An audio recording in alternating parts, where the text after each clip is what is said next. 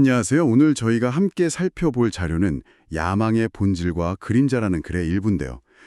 이걸 통해서 야망이라는 거, 우리 마음속에 있는 그 뜨거운 욕망에 대해 좀 깊이 들어가 보려고 합니다. 네, 야망이라는 게 참, 뭐랄까, 복잡한 감정이죠. 맞아요.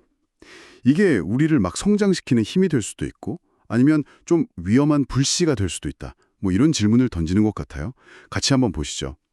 우선 이 글에서 야망을 어떻게 보는지 그 정의부터 좀 짚어볼까요? 네, 보니까 명예를 갈망하는 마음 이렇게 단순하게 표현했는데 그러니까 현재에 만족 못하고 더 높은 곳으로 가려는 그런 열망. 그렇죠.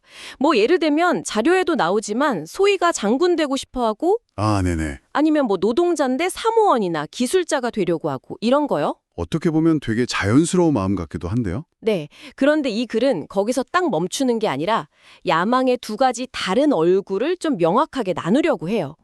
야망 자체가 문제가 아니라 그 방향 그리고 동기가 뭐냐 이게 중요하다는 거죠. 아, 방향과 동기. 네. 그래서 먼저 긍정적인 야망. 이 글에서는 건강한 야망이라고 부르는데 그 조건부터 이야기를 합니다. 건강한 야망이요? 뭔가 좀 건설적인 느낌인데요. 어떤 조건들이죠? 핵심은 한 세 가지 정도로 볼 수 있을 것 같아요.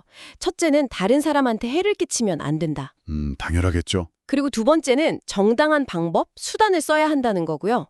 그리고 마지막으로 그냥 높은 자리에 가는 게 다가 아니라 그 위치에서 사회에 실제로 도움이 되어야 한다. 사회에 기여해야 한다? 네. 근데 여기서 진짜 재밌는 포인트는 이게 뭐 칭찬이나 상 같은 거 있잖아요. 네네. 외부적인 인정 같은 거요. 그렇죠. 그런 외부 인정이랑은 좀 거리를 둬야 한다는 거예요.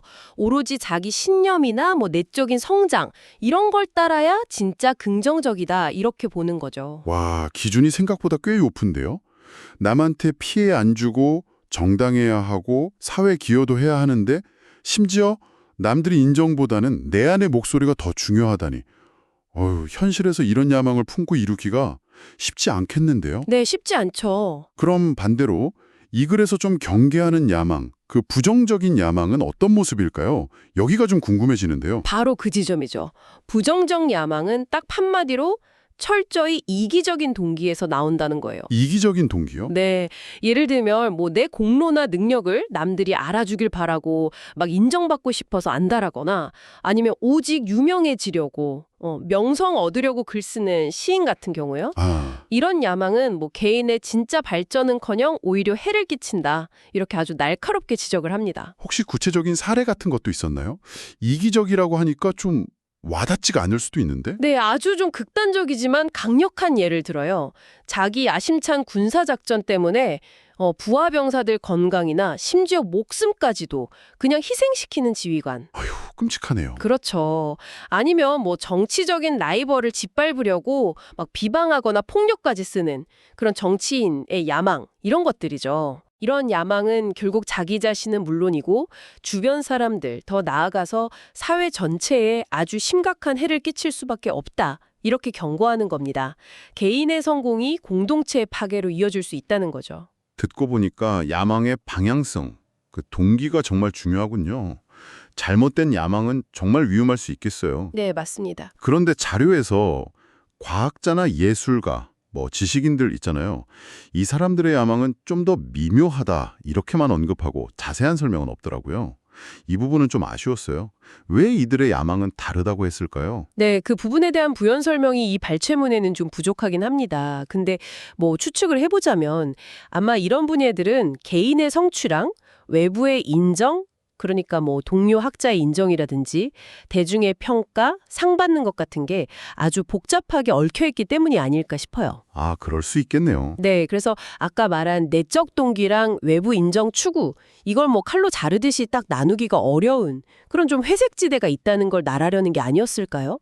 성과 자체가 바로 명예로 이어지는 경우가 많으니까요. 아하, 성공과 인정이 거의 뭐 동의어처럼 여겨지는 그런 분야에서는 야망을 판단하기가 더 까다롭다. 뭐 그런 의미일 수 있겠군요. 네, 그럴 가능성이 높죠. 자, 그럼 오늘 이야기 나눈 내용들을 한번 정리해 볼까요? 이 글의 핵심 메시지는 결국 야망의 질에 대한 질문인 것 같아요. 그죠? 네, 맞습니다. 야망 그 자체가 좋고 나쁨의 대상이라기보다는 그게 개인의 성장과 사회 기여로 이어지는지 이게 이제 긍정적인 거고 그렇죠. 정확합니다. 중요한 건 무엇을 추구하느냐만큼이나 어떻게 그리고 왜 추구하느냐 하는 거죠. 여러분 각자의 마음속에는 어떤 야망이 자리 잡고 있나요? 아니면 혹시 주변에서 보신 인상적인 야망의 모습이 있다면 오늘 저희가 나눈 이 글의 관점에서 한번 되돌아보는 것도 재미있을 것 같습니다. 그러네요. 마지막으로 이 글을 다 읽고 나니까 저는 개인적으로 한 가지 질문이 계속 머릿속에 남더라고요. 네, 어떤 질문이신가요? 이 글에서 외부의 인정을 너무 갈망하는 걸 부정적 야망의 특징으로 봤잖아요. 네, 그랬죠. 근데 현실적으로 특히 뭐 과학이나 예술처럼 동료나 대중의 평가가 정말 중요한 분야에서는 건강하게 자기를 발전시키려는 욕구랑 타인의 인정을 갈망하는 그 해로운 욕망 사이의 경계선이 과연 어딜까?